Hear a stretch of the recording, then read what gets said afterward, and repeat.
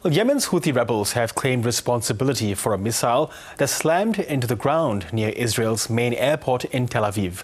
Flights were cancelled and the airport closed after the missile slipped through Israel's Iron Dome defense system. For more, we are joined by Paul Salem, Vice President for International Engagement at the Middle East Institute. Paul, welcome to the program. Thank you for having me. Now, when it comes to that attack from the Houthis in Yemen, one of those missiles did breach the Iron Dome. Will this at all have any impact on shattering the confidence that Israelis may have in the defense of their towns and cities?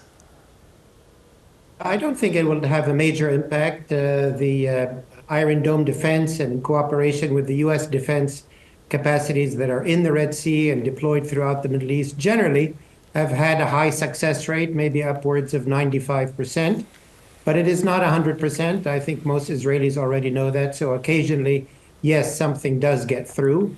It is a concern, but I don't think it's a game changer.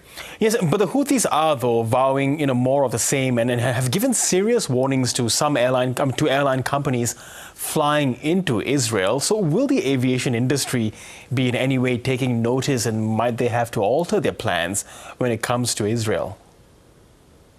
Well, of course, this tit-for-tat conflict has been going on with the Houthis for almost a year and a half now, with many attacks on Israel, some getting through, some from other groups like Hezbollah and other proxies to Iran getting through Israel. So it's not the first time.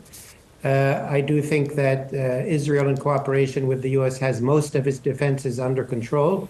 Whether, particular airlines take a break from Ben Gurion Airport for a while or not, of course, that's up to them and the insurance companies. Yes, and as you mentioned there, pointing the finger at Iran, Benjamin Netanyahu, he has vowed to respond to Iran for that regime's support of the Houthis. How might that materialize in the days and weeks to come? Well, it's quite clear that Prime Minister Netanyahu and U.S. President Donald Trump are not on the same page in terms of attacking Iran. President Trump is still committed to negotiating with Iran on the nuclear issue. Prime Minister Netanyahu, from the day of President Trump's election, has been trying to convince him that the U.S. and Israel should strike Iran. This is another example where Israel would probably like to strike Iran, and where I imagine President Trump will urge Israel not to. It's important to keep in mind that President Trump is coming to the region in about 10 days, but mainly to Saudi Arabia, the Emirates, and Qatar, not to Israel. Yes, on the other side of this whole thing in Yemen, do you think we'll see more U.S. actions against the Houthis, given Donald Trump's primary aim is to protect the shipping routes there? Yes, I think the U.S., through its Central Command, is committed to a continued and intensive campaign against the Houthis. They themselves will tell you that's not an easy task to achieve 100%. If you've ever visited Yemen, you'll see it's a land of deep valleys and steep mountains and a lot of caves. It's a very complex geography. But yes, the U.S. will keep up its campaign. I'm sure Israel will strike at Yemen as well. But I don't think we'll get to an end of Houthi attacks on shipping or on Israel unless either there's a deal with Iran or there's direct escalation against Iran. Yes. Now, looking at Israel, the government there has announced it has called up thousands of reservists, people who have completed their national service, and with its plans to expand the offensive in Gaza. How is that being viewed both in Israel and in Gaza? Well, Israel is deeply divided over this issue. Many in Israel favor prioritizing the return of hostages over a resumption of full-scale war in Gaza. I would say that's a majority opinion in Israel, but the government still has its majority in the Knesset and is continuing on its plans. People in government have even said they might lose the few remaining hostages, as in they will be killed, as this campaign continues. The U.S. is not necessarily in agreement with this strategy, but the U.S. has not made its position clear as relates to this latest escalation from Israel or this latest position from Israel. Yes, and given that language from Benjamin Netanyahu, that just seems to just push aside any hopes of a ceasefire. Well, the hopes for a ceasefire were made difficult by both sides. Hamas has been very difficult. in agreeing to terms for a ceasefire, as has been the Netanyahu government.